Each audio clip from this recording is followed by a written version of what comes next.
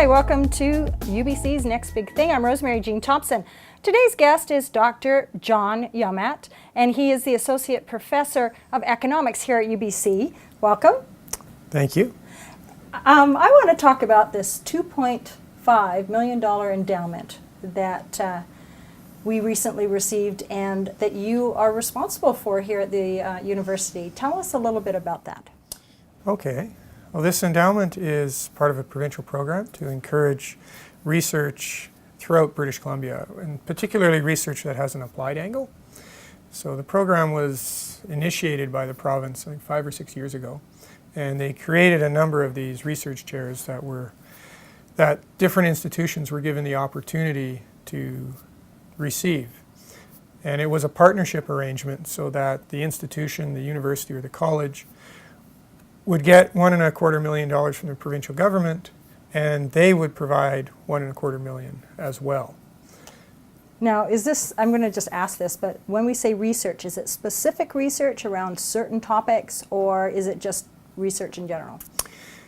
This chair is focused on water resources and ecosystem sustainability, and it was built with that idea in mind. So one of the partners was a real estate foundation who are very interested in applied research. The other partner was the Okanagan Basin Water Board, and they certainly want water-related resources, research that contributes to improved water management here in the Okanagan. And they put forward $500,000 towards this chair. So then, of course, the government then partnered with the other half of the endowment. Yeah, the government threw in $1.25 million. UBC is still searching for some of the money, but we made the threshold that the government wanted, which was to have at least half of our contribution coming from partners, and with the idea that eventually we'll raise the remainder and all of it will come from partners. You know, a topic like water resources here in the Okanagan is an important one. So obviously having the partners, there was a natural kind of relationship there. Why is it so important for the Okanagan to be aware of its water resources and perhaps even be a model for other communities? Well, we are a very dry place here in the Okanagan. We get just over 300 millimeters of rain per year here in Kelowna, a little bit less down south, a little bit more up north. With that amount of water, we're one of the driest watersheds in Canada. On a per capita basis, we are the driest, and there's a lot more people moving here. Everybody likes vineyards, everybody likes swimming pools, everybody likes washing their car. Somehow we've got to find ways to take the water we have and share it among the various different things we care about. And hopefully we also have some left over for the environment afterwards, which right now is taking a bit of a hit. Really? Here locally? Yeah, well, the example would be the salmon. So the sockeye in the lake, the kokanee salmon, they spawn in our creeks and along the lake shore, and their spawning time is late summer, early fall, which also happens to be sometimes when we have a lot of demand from irrigation. And we have to make sure to match those things together, and it can be a challenge. So with this endowment, how does that work as far as the dollars and who gets the dollars, and what do you do with it? Yeah, the endowment is money that the university has received.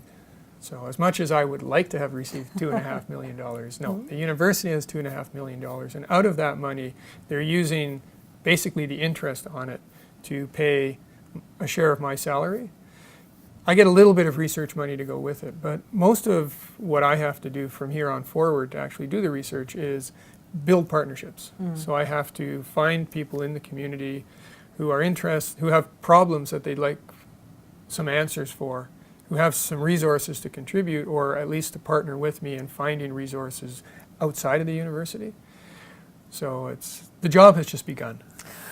And on that note, what is it that you hope to accomplish over, let's say, the next 5 years? What's happening next with this endowment, and what do you hope to see in the way of water resources and water research? Well, the broadest way to describe it would be to say I'd like to make a contribution to a better way of sharing the water here in the Okanagan. The specific kind of projects would include trying to understand why people do what they do in their homes, for example. So why don't we turn off our shower when we're soaping up? Why do we just like that water running over? And what's it going to take to make us change? So that might be an example. Another thing might be trying to get people to change their yards. So we like our green lawns, but green lawns use lots of water. What's it going to take to switch? We know we're supposed to do that. Some of the research that has been done suggests it costs $7 to $8 a square foot, or like 78, what would that work? A lot of money. A lot of money. And the savings in water in terms of what you will save financially is really small. Right. So how do we get people to make these kind of changes when really it's not financially in their interest, but it is for the good of the whole valley? So somehow we've got to figure out how to reconcile those things and how to get people to change for the good of the entire community, even though individually the incentives may not be there. So can we find new ways to encourage people? Can we find ways to change people's perception of what the right thing to do is and make that be what converts them? Can we find support from elsewhere to do it? So, but trying to understand those sort of things, trying to understand what the right balance is between agriculture, the environment, and other uses, and how to fairly treat everybody so that we don't end up taking water from people who desperately need it, like farmers. If you take water from them or make them pay more, they may go bankrupt. We don't want that. We like having our farms around here. But at the same time, there's only a limited amount of water. So we've got to somehow face these challenges. So these are going to be questions that you hope to work with over the next few years. If somebody is listening to this and is interested in becoming a partner with the university in regards to the water resources and the ecosystem sustainability, how could they connect with you?